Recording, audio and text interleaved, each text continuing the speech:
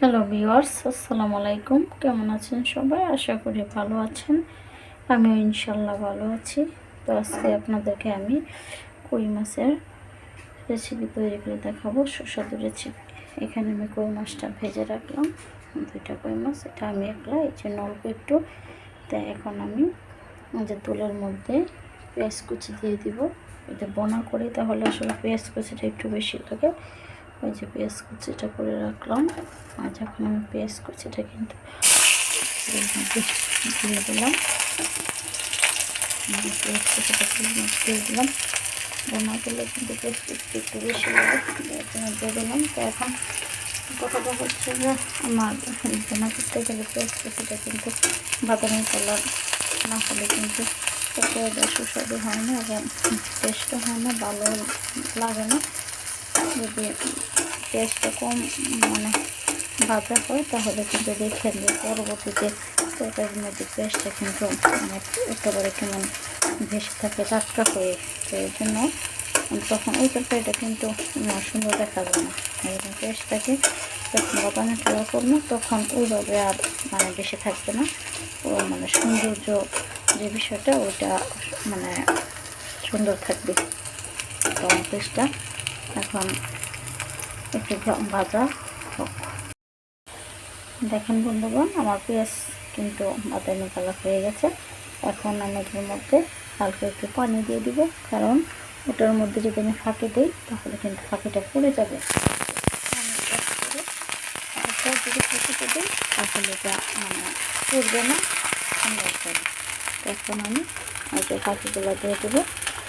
যেমন একটু মরিচের ফাঁকি দিলে আমাকে দুটো মাছ, সেহেতু পরিমাণটা অল্প লাগবে। শুকনো বোনা করবো, অল্প দিলাম, বেশি দিলাম না। এখন আমি ধনিয়ার ফাঁকি দিয়ে দিই অল্প পরিমাণে, বেশি না। হলুদের ফাঁকিটা অল্প দিয়ে দিই। শুকনো বোনা করবো কিন্তু এই জন্য কিন্তু অল্প অল্প দিতে হবে। এখন আমি একটু হালকা একটু মরিচ লবণ দিয়ে দিই। লবণটা আর অল্প দেবো, কারণ দেখে তারপরে আবার দিব। লবণটা বেশি হলে এটা ভালো লাগে না। আর মরিচটা হয়তো বিষয়টা হচ্ছে এরকম, যে যেরকম খান সেরকম জাল দেবেন। কেউ বেশি খান, কেউ কম খান, এই পরিমাণে জাল দেবেন। তখন দিয়ে দিলাম। এখন থেকে আমার কষতে হবে, ভালো করে কষিয়ে তারপর এটা দিব। আর তাছাড়া আমার আরেকটি কথা হচ্ছে যে আমরা যে কই মাছটা খাই, কই মাছের যে ফুলকা, সেটা কিন্তু ফেলে দিতে হবে। কই মাছ বলে কোনো কথা না, কথাটা হচ্ছে যে সব মাছের ফুলকাই ফেলে দিতে হয়। কারণ ফুলকা হচ্ছে মাছের খাওয়ার খাইলে যে, যেমন আমরা দুধ ছেঁকে খাই, আবরণ যাতে না যায়, বিভিন্ন ময়লা যাতে না যায়, তো এরকম মাছের চাটনি হচ্ছে ফুলকা। ফুলকা ফেলে দিতে হয়। আর ফুলকার মধ্যে অনেক সময় কিন্তু থাকে, মানে ছোটো কৃমি থাকে, তো এই জন্য ফুলকা ফেলে দিতে হয়।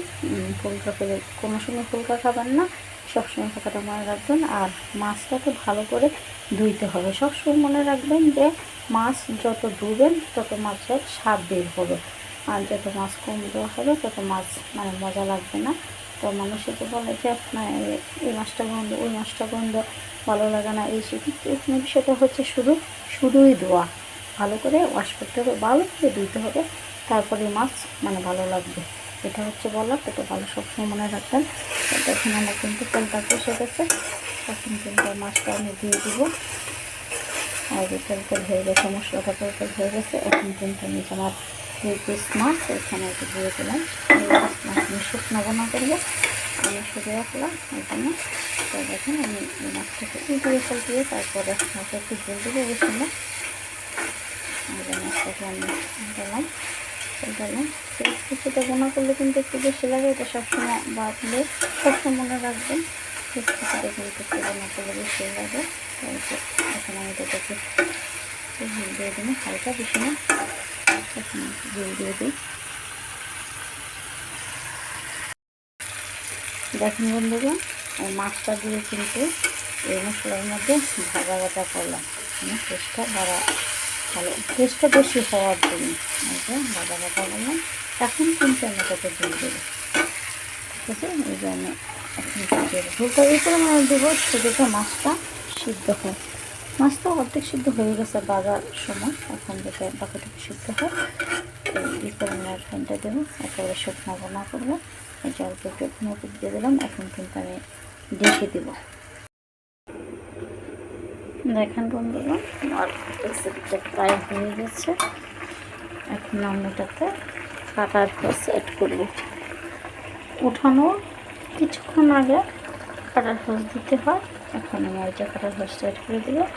কাটার রসটা দিলে কিন্তু তরকারিটা সুস্বাদু হয়। দেখেন আমি শুকনো ভুনা করবো। এই যে শুকনো ভুনা কড়াইতে দিয়ে দিলাম। আর কিছুক্ষণ পর আর একটু হলে তারপর আমি এটাতে কাঁচামরিচ ধনিয়া পাতা অ্যাড করবো। এখন লবণটা দেখে নিই, লবণের পরিমাণটা, কারণ যেহেতু প্রথম আমি কম লবণ দিয়েছি সেহেতু আবার এখন দেখতে হবে, কারণ বেশি লবণ তখন দেওয়া যাবে না। সবসময় কথাটা মনে রাখবেন। লবণে হয়েছে, সবসময় মনে রাখবেন বেশি লবণ দেওয়া যাবে না। এখন আমি আবার দেখে দিই। দেখেন বন্ধুগণ, রেসিপিটা হয়ে গেছে। কই মাছের সুস্বাদু রেসিপি। এখন আমি এটার মধ্যে ধনিয়া পাতা দিয়ে দিব। ধনিয়া পাতা অ্যাড করলাম। ধনিয়া পাতা দিয়ে দিব আর কাঁচামরিচ কিছু দিয়ে দিব। ধনিয়া পাতার কাঁচামরিচের মধ্যে এখানে রাঁধুনা দিলে কিন্তু তরকারিটা অনেক সুস্বাদু হয়। এই জন্য কাঁচামরিচ দিয়ে দিলাম। ধনিয়া পাতার কাঁচামরিচ দিয়ে দিলাম। এখানে আমার তরকারি রান্না হয়ে গেছে। আমি এভাবে সবসময় একলা যখন খাই তখন কিন্তু এবার শুকনো রান্না করি, কারণ তরকারিটা বেশি রান্না করলে থাকে। কিন্তু প্রত্যেক দিন শুকনো রান্না করি না। প্রত্যেকদিন শুকনো রান্না করলে তবে শুধু শুকনাই খাওয়া হবে। ঝুড়ে রান্না করি কিন্তু শুকনাটাই বেশি রান্না করা হয় আমার। একলা তো এই জন্য শুকনাটা রান্না বেশি করা হয়। আর ছেলে সবসময় শুকনো পছন্দ করে দিতে এই যে একটা রান্নার একটা অভ্যাস হয়ে গেছে, তো এই জন্য বেশিরভাগ আসলে শুকনাটাই আমার কাছেও ভালো লাগে। এই শুকনো বানাটাই আমার কাছে ভালো লাগে। তো দেখেন আমি ধনিয়া পাতা কাঁচামরিচ সাথে অ্যাড করে দিলাম। এখন আমি দেখে দিব, তারপর ফুটিয়ে ফেলবো। আমি দেখে দিলেই করে না, দেখে দিলে কিন্তু ওদের ধনিয়া পাতা এবং কাঁচামরিচের যে গ্রামটা ওটার মধ্যে থাকবে। তারপর দেখে দিলাম। দেখেন বন্ধুগণ, আমার রেসিপিটা হয়ে গেছে, তলতের রেসিপি। এখন আমি এটাকে উঠাবো আর পরিবেশন করবো। তারপর আপনাদেরকে উপকরণগুলো আবার বলে দিব। দেখেন ভাই ব্রাদার বন্ধুগণ, আমার কিন্তু কই মাছের মজাদার সুস্বাদু রেসিপি হয়ে গেছে। একেবারে শুকনো বোনা, যাকে বলে তেল তেল বোনা, পানি ছাড়া। ওই বোনাটা আসলে আমার কাছে খেতে অনেক ভালো লাগে। আর একলা থাকলে অবশ্যই ওই বোনাটাই বেশি করি। তো দেখেন এটার মধ্যে আমি কী কী উপকরণ দিয়েছি। উপকরণ হচ্ছে, প্রথমে মাছটাকে ভালো করে ধুয়ে তারপর ভালো করে ধুইলাম যাতে কোনো গন্ধ না থাকে। লেবুর রস এবং হলুদ দিয়ে লবণ দিয়ে ভালো করে ধুইলাম। তারপর এটাকে ভাজলাম। তারপর ভেজে তারপর মরিচের ফাঁকি, পেঁয়াজ কুচি তেলে ভালো করে বাদামি কালার করে তারপরে হলুদের ফাঁকি, মরিচের ফাঁকি, ধনিয়া ফাঁকি দিয়ে লবণ তেলের মধ্যে দিয়ে কষালাম। তারপর মাছটাকে দিলাম। তারপর আর একটু উল্টিয়ে দিলাম। তারপর এটাতে একটু জল দিলাম। তারপর শেষ মুহূর্তে কাঁটার রস দিয়ে দিলাম। আর উঠানোর আগানো কাঁচামরিচ কুচি এবং ধনিয়া পাতা দিয়ে দিলাম। তো দেখেন এভাবে রান্না করলে কিন্তু তরকারির টেস্ট অনেক বেড়ে যায় ও অনেক সুন্দর হয়েছে এবং অনেক স্বাদের একটা মিল আসছে। তো এইভাবে আপনারাও তৈরি করবেন এবং খাবেন এবং আমাকে কমেন্ট করে জানাবেন। আর যদি কীভাবে খেতে চান তাহলে আমাকে কমেন্ট করে বলে দেবেন, আমি এটাকে ছেড়ে দিতে পারবো। তো সবাই ভালো থাকবেন। আল্লাহ হাফিজ।